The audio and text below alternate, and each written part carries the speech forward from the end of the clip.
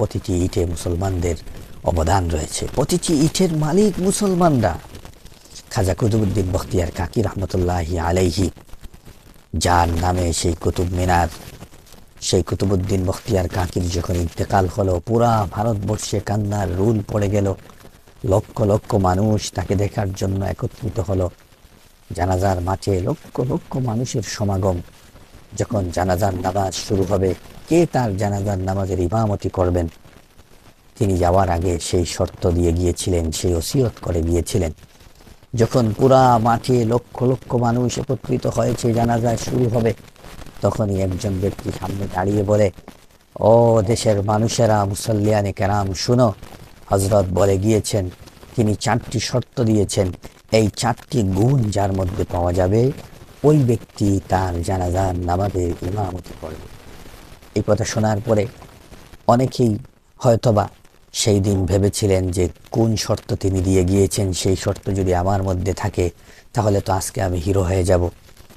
যখন খাদিম সামনে বাড়িয়ে সেই 4টি গুণের কথা বললেন, তখন সকলেরই মাথা নিচের দিকে চলে গিয়েছিল।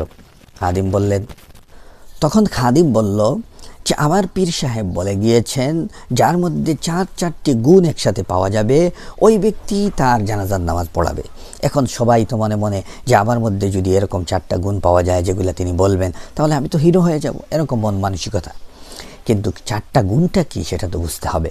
এবার খাদিম সাহেব বলে, আমার পীর সাহেব বলেছেন, 1 নম্বর গুণ হলো যার জীবনে কখনো তাকবীরে উলা ছুটে নাই। সুবহানাল্লাহ। তাকবীরে উলা কি জানেন? ইমাম সাহেব যখন সর্বপ্রথম নামাজ শুরু করেন, আল্লাহু আকবার বলে, এই তাকবীরের সাথে যারা তাকবীর বলে নামাজে প্রবেশ করে, এদেরকে বলা হয় তাকবীরে উলা পেয়েছে। এই যে তাকবীরে উলা যার ছুটে নাই, এটা কি কঠিন সহজ কথা? তাকবীরে উলা না পেলে তো গুনাহ হয় না, এ কারণে অনেকের কি হয়ে যায়, ছুটে যায়। তাহলে তিনি বলছেন, যার জীবনে তাকবীরে উলা ছুটে নাই, এরকম কেউ থাকলে আমার যেন জানাজা পড়ায়, তাও এটা একটা শর্ত। 2 নম্বর শর্ত, এমন ব্যক্তি আমার জানাজা পড়াবে যার জীবনে তাহাজ্জুদ ছুটে নাই। আল্লাহু আকবার। তাহাজ্জুদের নামাজ সুন্নতে মুআক্কাদা নয়, তাহাজ্জুদের নামাজ ওয়াজিব নয়, ফরজ নয়, এজন্য অনেকেই আমরা পড়ি না, অনেকে এটাকে গুরুত্ব দেই না। কিন্তু দেখেন, তিনি শর্ত দিয়েছেন যার জীবনে তাহাজ্জুদের নামাজ ছুটে নাই। এখন মানুষের মাথা আরও নিচের দিকে, এরকম কঠিন কঠিন শর্ত তিনি দিলেন। একদিকে জীবনে তাকবীরে উলা ছুটে নাই, আরেকদিকে জীবনে কখনো তাহাজ্জুদ ছুটে নাই।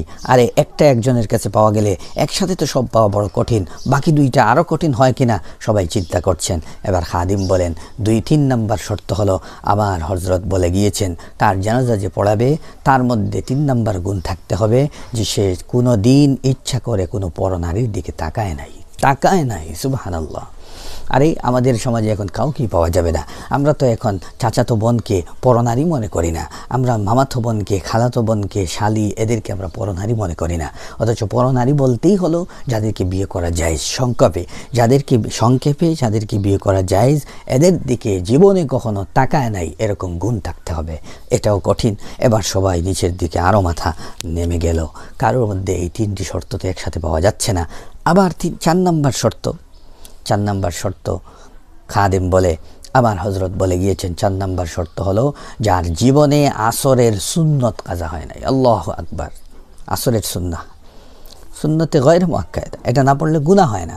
এজন্য আমরা মাঝে মধ্যে পড়ি, মাঝে মধ্যে ছেড়ে দিই, মাঝে মধ্যে এটাকে আমরা তেমন গুরুত্ব দিই না। কিন্তু তিনি শর্ত দিলেন, যার জীবনে আসরের সুন্নত ছুটে নাই, ওইরকম ব্যক্তি যদি হয় আমার জানাজা পড়াবে।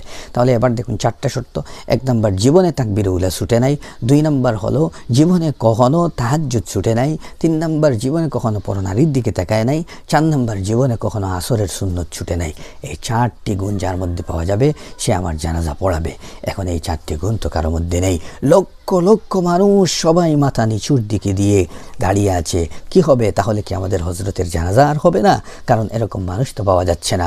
সবাই যখন চিন্তামগ্ন, সবাই যখন টেনশনে কাটছে, তখন দেখেন একজন ব্যক্তি মাথা নিচের দিকে দিয়ে সামনে অগ্রসর হলেন, আর খাজা কুতুবউদ্দিন বখতিয়ার কাকির মুখ থেকে সেই কাফনের কাপড়টা সরিয়ে বললেন, হযরত, আপনি তো পৃথিবী থেকে চলে গেলেন, আর যাওয়ার সময় আমাকে বেইজ্জত করে গেলেন। সুবহানাল্লাহ। তিনি এটাকে বেইজ্জতি মনে করছেন যে আমার আমলটা প্রকাশ হয়ে গিয়েছে।